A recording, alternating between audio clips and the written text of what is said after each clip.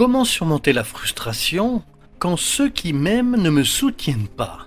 Ce programme a été enregistré à l'origine par Ricardo Mello de l'Institut Namasté le 5 février 2019.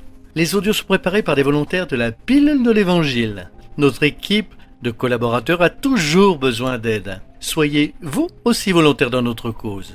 Rejoignez notre page sur Facebook, Pilule de l'Évangile. Bonsoir mes chers amis, très bonne soirée, une très bonne soirée à tous. En commençant avec beaucoup d'affection, une autre pilule nocturne. Beaucoup de lumière et de paix pour vous, pour votre cœur et pour votre vie. Nous préparons ce travail avec beaucoup d'affection, vous invitant à participer aux pilules nocturnes. Aujourd'hui, je voudrais aborder la question de notre auditrice Flavia.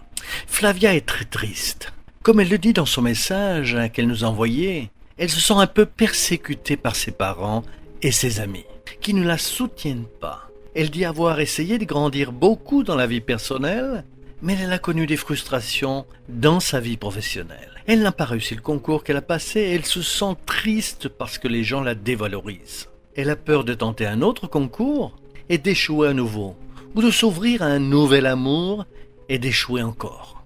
Elle ne sait pas quoi faire et cela la rend triste.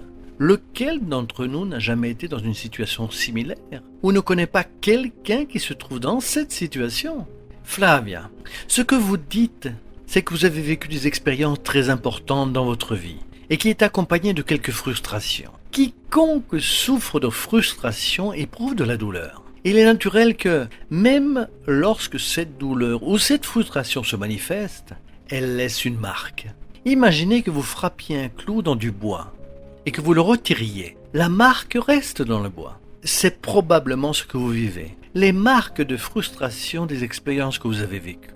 La grande question est que nous devons utiliser ces marques que la vie nous apporte pour préparer un avenir meilleur, apprendre de nos erreurs, apprendre à surmonter nos difficultés, renouveler notre optimisme et ne pas nous rendre pessimistes. C'est exactement là que se situe l'importance de notre attachement à l'Évangile et à notre moi divin. Que les gens nous soutiennent ou non, ils ont probablement fait ce qu'ils pouvaient. Chacun ne fait que ce qu'il peut. Certainement, si vos parents ou vos amis étaient un peu plus préparés, comment puis-je dire, s'ils étaient plus sensibles à votre douleur ou à votre problème, ils auraient certainement touché votre cœur dans une langue que vous comprenez. Je dis cela parce que souvent les gens qui nous aiment nous contactent, et oui, le problème c'est qu'ils utilisent une langue qui n'est pas toujours la nôtre. Nous ne pensons pas qu'ils nous ont aidés, en réalité, ils font de leur mieux. Alors, on pense que personne ne fait rien et on se sent solitaire. Il reste donc une leçon importante. Nous devons nous ouvrir à valoriser ce que les autres font pour nous, même s'ils ne le font pas comme nous souhaiterions. Et bien sûr, nous devons aller de l'avant en nous renouvelant chaque jour, sans jamais renoncer à poursuivre nos rêves et nos objectifs par peur de l'opinion de l'autre. Avez-vous déjà pensé, mes amis, ce que serait la terre si Jésus avait peur de ce que les autres penseraient de lui, parce qu'il suivait le chemin de l'Évangile à un moment aussi difficile et aussi turbulent que la Palestine il y a 2000 ans?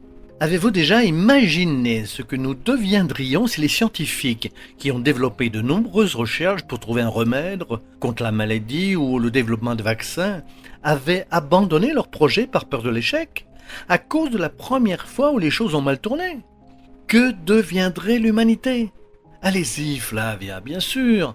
Prenez une grande respiration, renouvelez-vous intérieurement.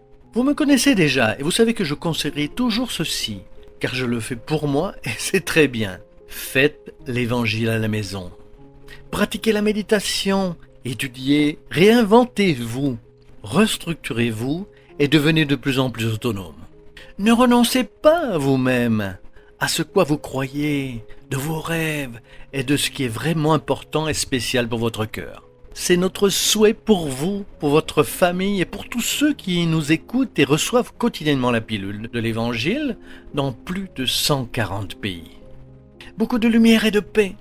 Et rappelez-vous, ne laissez personne vous mépriser. Allumez votre moi intérieur, votre moi divin, et travaillez pour répandre votre lumière dans le monde.